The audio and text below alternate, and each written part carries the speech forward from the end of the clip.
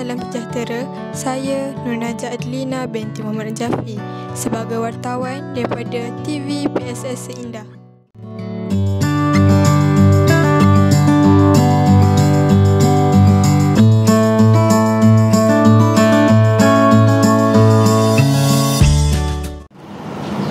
Assalamualaikum warahmatullahi wabarakatuh. Bersama dengan kita pada hari ini Encik Supreme bin Awang Hamad, Guru Besar SK Indah. Apakah pandangan Tuan Guru Besar tentang bahan digital memperkasakan pendidikan negara?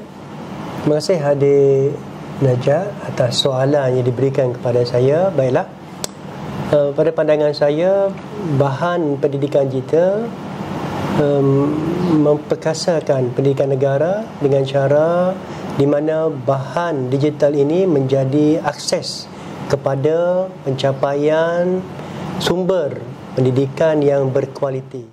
Seindah Digital telah menginovasikan sebuah bahan digital pembelajaran yang diberi nama Kamus Al-Fahami. Mari kita saksikan inovasi tersebut. Kamus Al-Fahami. Nampak biasa tapi luar biasa. Assalamualaikum and hi everyone. Bertujuan untuk tambah minat murid belajar bahasa Arab bahasa Melayu dan untuk menggalakkan lagi murid untuk belajar bahasa Arab bahasa Melayu secara digital. Sasaran kami ialah murid-murid warga SK Indah, guru-guru, sebabnya kami ada juga letak beberapa bahan bantu mengajar dari segi digital yang boleh cikgu gunakan dalam kelas. Kemudian ibu bapa adalah yang diperlukan mana-mana peranti yang diperlukan, komputer reader ataupun tablet untuk mengakses Kamus Al-Fahami ini.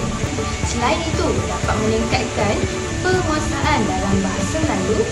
Bukan itu sahaja, melalui inovasi digital ini juga, termasuklah murid-murid dapat memantapkan lagi kemahiran dalam penggunaan TMK. Hal ini kerana seiring dengan keperluan pendidikan sekarang, pendidikan berunsurkan digital diutamakan. Kamus Al-Fahami ini dapat menjadi antara salah satu platform yang utama untuk para pengguna, terutamanya murid-murid lah, untuk mereka ni meningkatkan dan memperkukuhkan lagi ilmu pengetahuan berkaitan dengan bahasa Arab dan juga bahasa Melayu.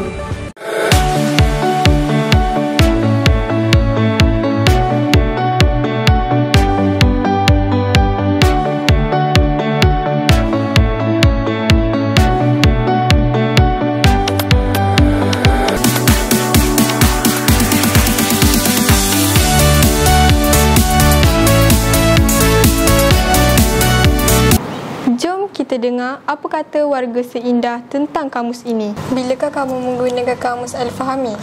Saya menggunakan Kamus Al-Fahami ketika di dalam kelas kerana di dalam kelas mempunyai TV, dan saya menggunakan Kamus Al-Fahami ketika berada di rumah pada waktu cuti. Bagaimanakah perasaan kamu selepas menggunakan Kamus Al-Fahami? Perasaan saya sangat seronok kerana Kamus Al-Fahami ini interaktif dan menarik. Saya difahamkan cikgu sering menggunakan Kamus Digital Al-Fahami semasa mengajar. Kenapa cikgu menggunakan kamus ini?